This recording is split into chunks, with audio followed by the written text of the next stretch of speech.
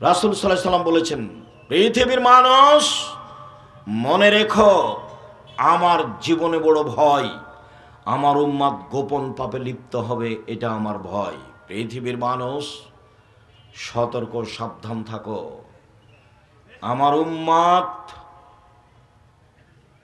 তিনটা পাপে লিপ্ত হবে, এটা আমার আশঙ্কা। এক, আইম্মাতাম মুজিল্লিন, ভ্রান্ত হুজুর, হুজুর হবে ভ্রান্ত, এটা আমার আফসোস। হুজুর হবে ভ্রান্ত, এটা আমার দুঃখ। আল্লাহ রাসূল বলছেন, আলেম ওলামা আমার আদর্শ বাদ দিয়ে অন্য আদর্শ পেশ করে বলবে এটাই রাসূলের আদর্শ, আমারটা বাদ দিয়ে। আমার সুন্নাত বাদ দিয়ে অন্য সুন্নাত সামনে, মানুষের সামনে পেশ করে বলবে এটাই রাসূলের সুন্নাত। ওদের দেখতে লাগবে মানুষ, ওদের অন্তর হলো শয়তানের অন্তর। ওদের দেখতে লাগবে মানুষ, ওদের অন্তর হলো শয়তানের অন্তর। বুখারী মুসলিম, এ কথা আমি বলিনি। কে বলছেন? মুহাম্মদ সাল্লাল্লাহু আলাইহি সাল্লাম বলছেন। ওদের দেখতে লাগে মানুষ, ওদের অন্তর হলো শয়তানের অন্তর। এ কথা তো আল্লাহ রাসূল বলছেন। মহান আল্লাহ বলেন, দারাবাল্লাহু মাসালান লিল্লাযীনা আমানু, ঈমানদার মানুষের জন্য উদাহরণ। ইয কালাত রাব্বি ইবনি ইনদাকা বাইতান ফিল জান্নাহ, ফেরাউনের স্ত্রী আসিয়া বলেন, হে আমার প্রতিপালক, জান্নাতে তোমার নিকটে আমার জন্য একটা ঘর তৈরি করো। অনাজ্জিনি মিন ফিরাউন আমালিহি, ফেরাউনের অত্যাচার এবং তার অধীনস্থ জনগণের অত্যাচার থেকে তুমি আমাকে রক্ষা করো। দুনিয়া থেকেই আসিয়া জান্নাতে ঘর তৈরি করতে বলছেন। ঈমানের কত জোর! সম্মানিত দিনী বোন, গল্প করবেন না, আপনার সাথে আমার অনেক কথা আছে। আজকে চলে যাচ্ছেন, এমন ঘটনা হলো ফিরে আসবেন। চুপচাপ ভদ্রতা বজায় রেখে কান লাগিয়ে কথা শুনবেন। দুনিয়া থেকেই বলছেন ফেরাউনের স্ত্রী আসিয়া, হে আমার প্রতিপালক, তোমার নিকটে জান্নাতে আমার জন্য একটি ঘর তৈরি করো। ফেরাউন এবং তার অত্যাচারী সম্প্রদায় থেকে আমাকে রক্ষা করো। আল্লাহ তাআলা বলেন, ও মারিয়ামা ইবনাতে ইমরান, মারিয়ামের দৃষ্টান্ত পেশ করেন আল্লাহ, ইমরানের মেয়ে। আল্লাহ তাআলা বলেন, মারিয়াম ইমরানের মেয়ে, আহসানাত ফারজাহা, সে তার লজ্জাস্থানকে হেফাজতে রেখেছিল। মারিয়াম কোনোদিন অশ্লীল কাজে লিপ্ত হয়নি। আল্লাহ তার প্রশংসা করছেন এভাবে যে সে তার লজ্জাস্থানকে হেফাজতে রেখেছিল। ফানাফাখনা ফিহে, আমি তার লজ্জাস্থানে ফোঁক দিয়ে তার সন্তান ঈসাকে পৃথিবীতে নিয়ে আসলাম। পৃথিবীর ব্যতিক্রম মহিলা মারিয়াম, একেবারে ভিন্ন ধরনের ব্যতিক্রম। জাকারিয়া বলেন, মারিয়াম, এসব ফলমূল খাদ্য তুমি কোথায় পেলে? অসময়ের ফল। মারিয়াম বলছেন, হাজা মিন ইনদিল্লাহ, এগুলো আল্লাহর পক্ষ থেকে এসেছে। এইভাবে পৃথিবীর কোনো মহিলার কাছে খাদ্য এসেছে তা বোঝা যায় না। আল্লাহ তার পবিত্রতার কথা কোরআন মাজিদে আল্লাহ নিজে ঘোষণা দিয়েছেন। আবু মুসা আশআরী রাদিয়াল্লাহু তাআলা আনহু বলেন, রাসূল সাল্লাল্লাহু আলাইহি ওয়াসাল্লাম বলেছেন, কামালা মিনার রিজালি কাসীর আলাম ইয়াকমাল মিন নিসা ইল্লা সালাসা, বহু পুরুষ বড় বড় জান্নাত পাবে, তবে মহিলারা তেমন বড় জান্নাত পাবে না। এক,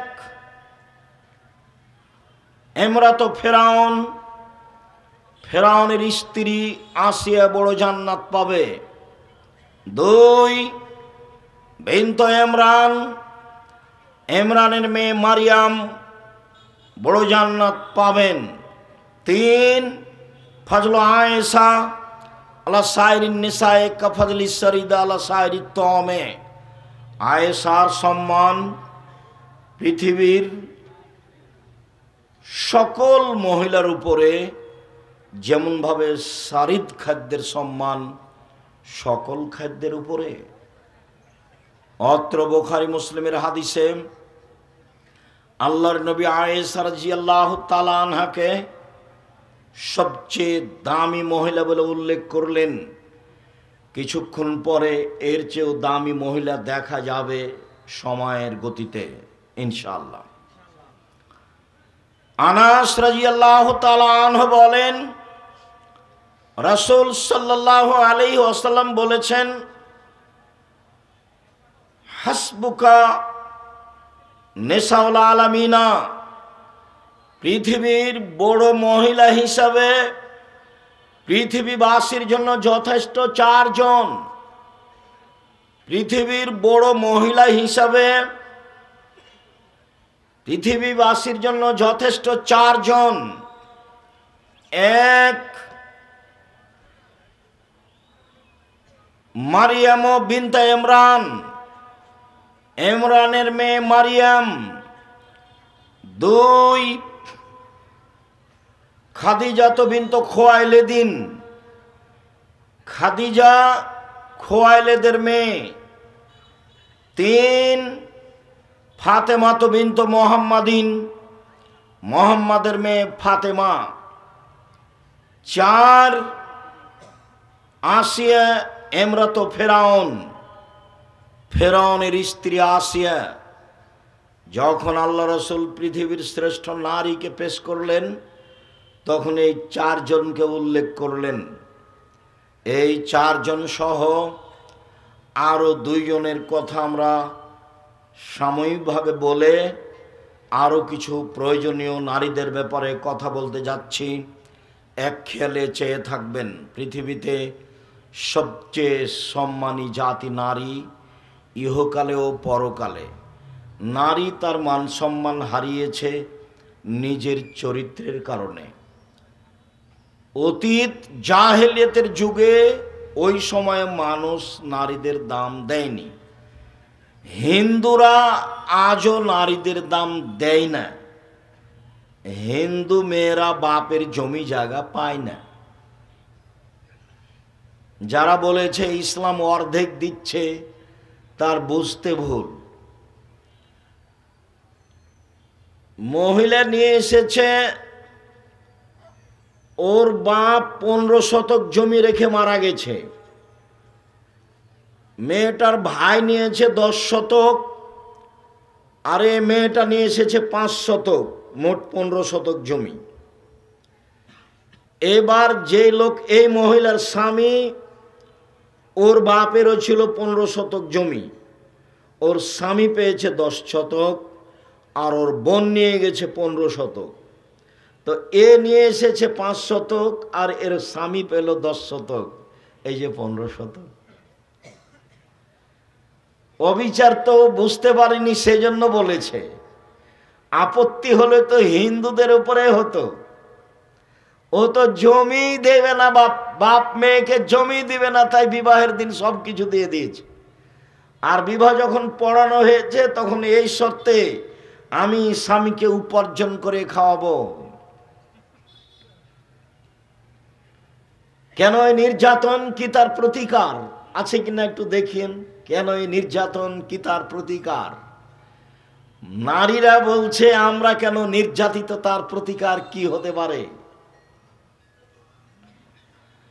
তো নারীরা যদি বেগম রোকেয়ার পথে যায় তো নির্যাতিত হবেই। বেগম রোকেয়ার একটা নগদ ঘটনা শোনাই, কেন যে ওই বইটা পড়েন না, কেন হবো অবরোধবাসিনী। বেগম রোকিয়া বলছে মহিলারা হলো অবরোধবাসিনী। রংপুর গাইবান্ধার আর একজন মহিলা বলছে কেন হব অবরোধবাসিনী, অবরোধবাসিনী কেন হব? তো এখন রোকিয়া বলছে অবরোধবাসিনী, কথার কথা।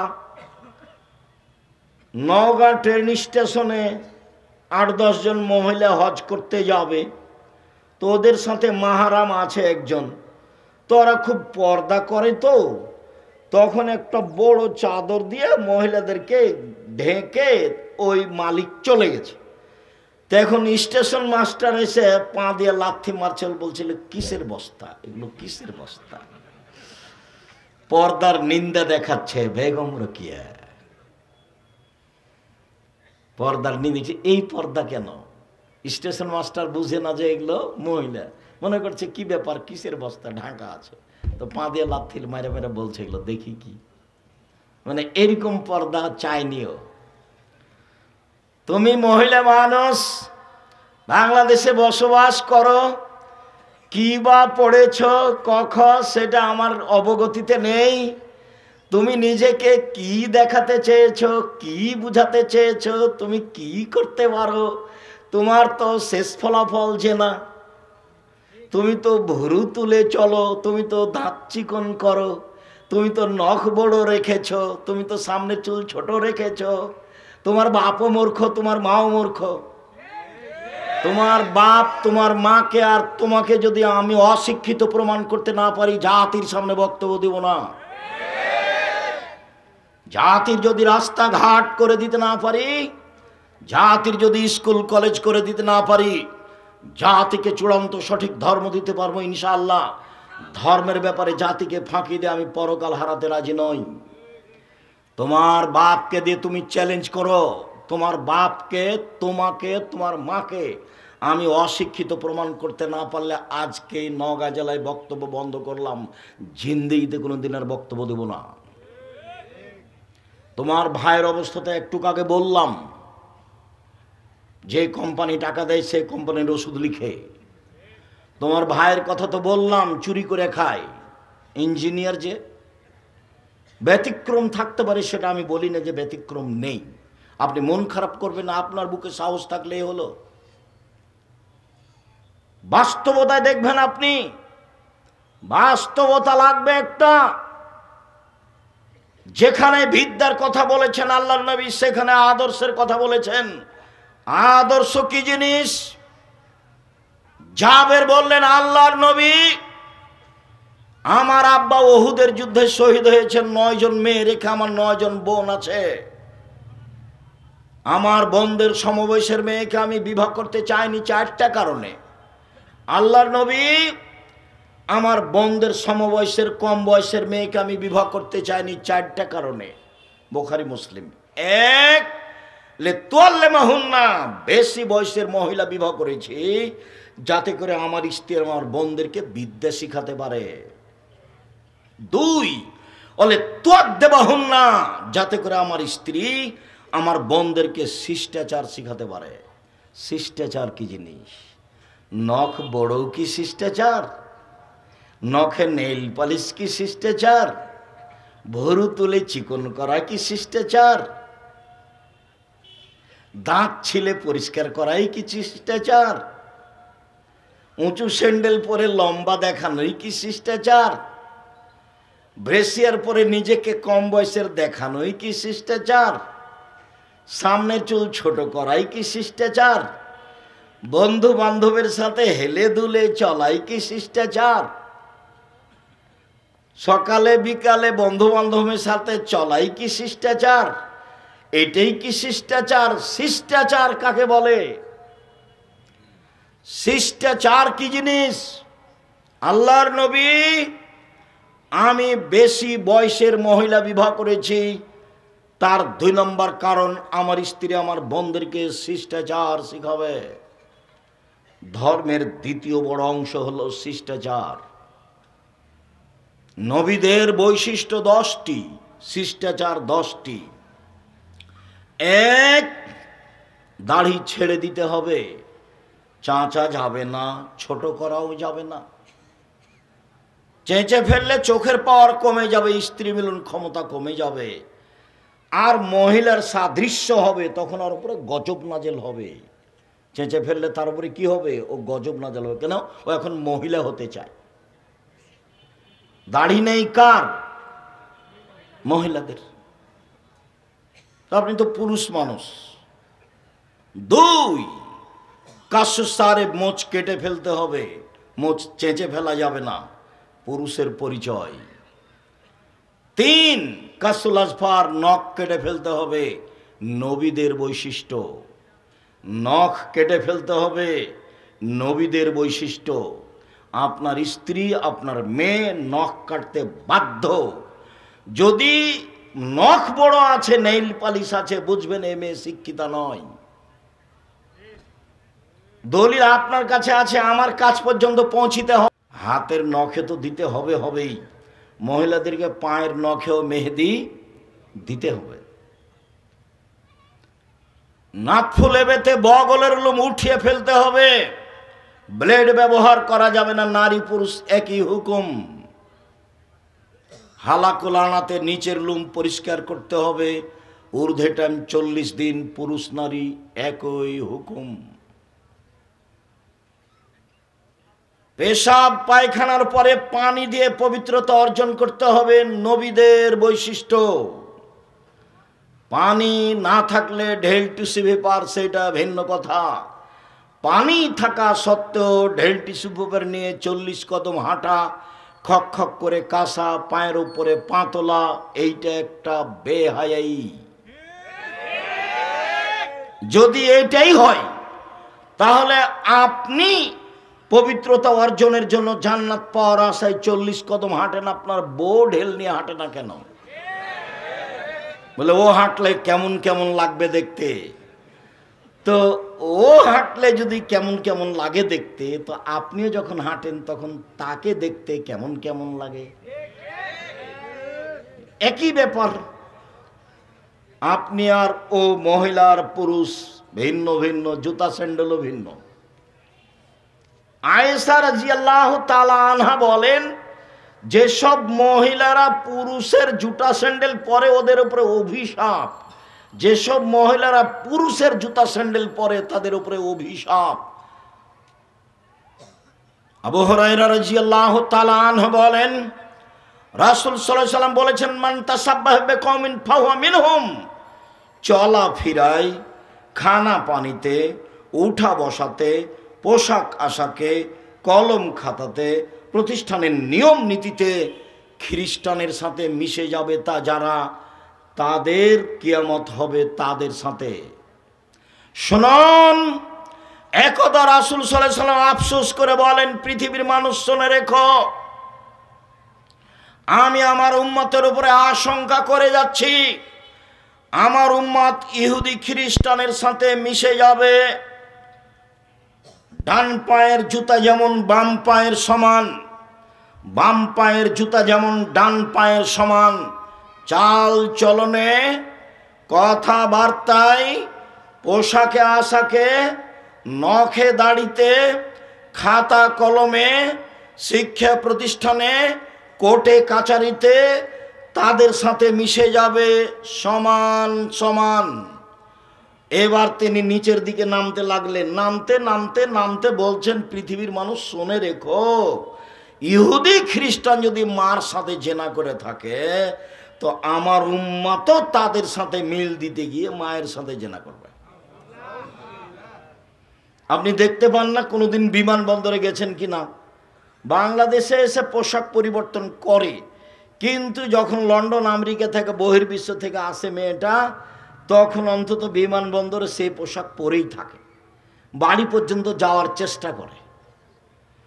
ও ভেবেছে ইহুদি খ্রিস্টানদের মতো ল্যাংটা হয়ে থাকায় আমার আদর্শ।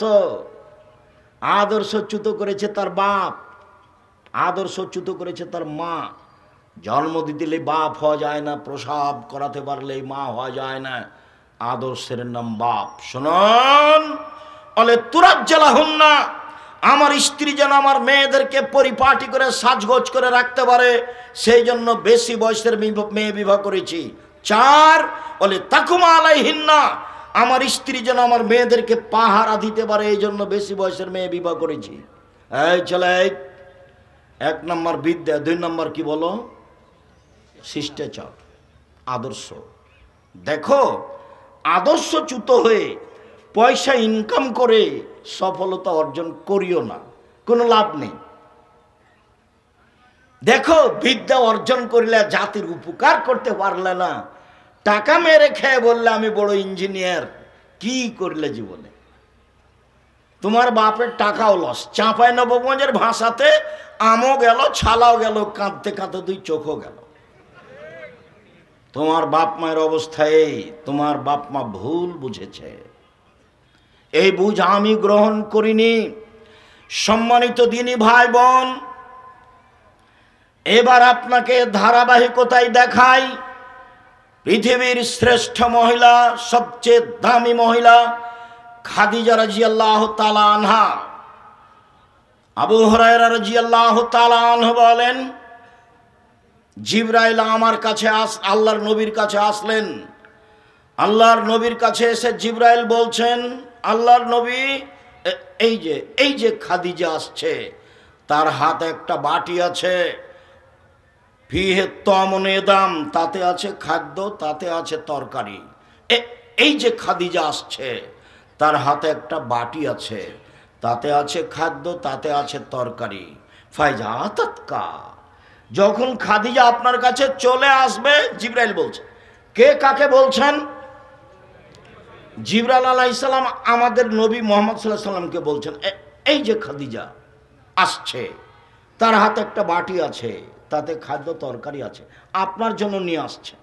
তো আপনার কাছে আসলে বলবেন, খাদিজা ফাকরা আলাইহাস সালাম মিন রাব্বিহা, আপনি তাকে বলে দিবেন, খাদিজা আল্লাহ তোমাকে সালাম দিয়েছে।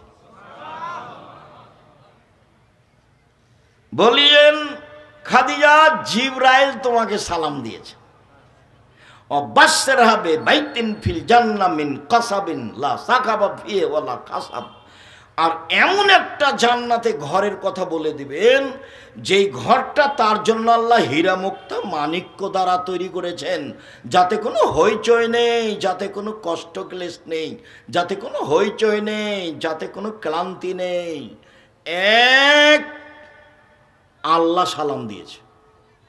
পৃথিবীর কোনো মহিলা আল্লাহর পক্ষ থেকে সালাম পায়নি। 2, জিবরাইল সালাম দিয়েছে। 3, জান্নাতে একটা ঘর তৈরি করা হয়েছে। আসিয়া দামি মহিলা, ফেরাউনের স্ত্রী, উনি বলছেন যে জান্নাতে ঘর বানান, আর জিবরাইল এসে আমাদের নবীকে বলছেন যে আল্লাহ জান্নাতে ঘর তৈরি করেছেন। এবার তফাৎ বুঝেন। এই ছেলে, ওই যে কম বুদ্ধির ছেলে পাশ থেকে উঠছোটা আপনি খেয়াল করেন না কেন? আমি তো আর কোনো কেসা কাহিনী নিয়ে আসিনি। আপনি ভদ্রতা বজায় রেখে কিছুক্ষণ অপেক্ষা করবেন। আমি আপনার বিদ্যার উপরে মাঝে মধ্যে আঘাত করতে চেয়েছি। কেন? যেই বিদ্যা আপনার ক্ষতি করে সে বিদ্যা মূলত বিদ্যা নয়। আপনি বাংলা ইংরেজি শিক্ষা অর্জন করেন, কিন্তু জাতির উপকারার্থে করেন। কার উপকারার্থে? জাতির উপকারার্থে। আরে পয়সা তো হিন্দুরও আছে, পয়সা তো ইহুদি খ্রিস্টানদেরও আছে, টাকা তো ওদের, পৃথিবী তো তাদের। ওই নবীর যুগেও ছিল পৃথিবী তাদের, আজও পৃথিবী তাদের। তো আপনি মধ্যখানে এসে তাদের সাথে মিশে যে কি করছেন এবার দেখেন। রাসূল সাল্লাল্লাহু আলাইহি সাল্লাম বলছেন, পৃথিবীর মানুষ শুনে রেখো, লা তাত্তাবিউনা সুনানা মান কানা ক্বাবলাকুম, তোমরা ইহুদিদের খ্রিস্টানদের সাথে মিশে যাবা। শিবরান বে শিবরিন, ডান হাতের বিঘত যেমন বাম হাতের সমান, সমান সমান মিশে যাবা। 2, জেরান বে জেরাইন, বাহু যেমন বাহুর সমান। 3, ডান পায়ের জুতা যেমন বাম পায়ের সমান, তেমনি মিশে যাবা। এবার নিচে নামতে লাগলেন। শোনো শোনো শোনো, খারাপ হতে হতে হতে একেবারে একেবারে নিকৃষ্ট প্রাণী গুই সাপ, গুই সাপ ইহুদি খ্রিস্টান যদি গুই সাপের গর্তে ঢোকে তো হারাম উপার্জন করতে করতে ওদের পোশাক পরতে পরতে তোমরা ওই গুই সাপের গর্তে ঢুকে যাওয়া। গুই সাপের গর্তের আবার কি সমস্যা? কেন তিনি বললেন? কেন তিনি বললেন? কেন তিনি গুই সাপের কথা বলবেন মোহাম্মদ সাল্লাল্লাহু আলাইহি সাল্লাম? তার মানে নিচে নামতে নামতে হারাম খেতে খেতে নিয়ম নীতি নিজের পাল্টাতে পাল্টাতে এমনভাবে পাল্টে যাবে যে এই একটা প্রাণী ওর গর্তে যদি ইহুদি খ্রিস্টান ঢোকে তা আমরা তাল মিলাতে মিলাতে আমরাও গুই সাপের গর্তে ঢুকে যাব। মোহাম্মদ সাল্লাল্লাহু আলাইহি সাল্লাম বলছেন, পৃথিবীর মানুষ শুনে রেখো, আমার উম্মতের উপরে আমার বড় ভয় আশঙ্কা। এক, ভ্রান্ত হুজুর। দুই, সাত্তালতাহিকু কাবাইলু মিন উম্মতি বিল মুশরিকিন, আমার উম্মত হিন্দুদের সাথে মিশে যাবে, এইটা আমার ভয়। তিন, সাত্তাবতু কাবাইলু মিন উম্মতি আল আওসান, আমার উম্মত মূর্তি পূজা করবে। বাড়িতে আছে ছবি মূর্তি, নেতা নেত্রীর আছে, তোমার বাপ মায়েরও আছে। আমাকে বলছে আব্দুর রাজ্জাক সাহেব, আমার মাকে খুব ভালোবাসি, সেই জন্য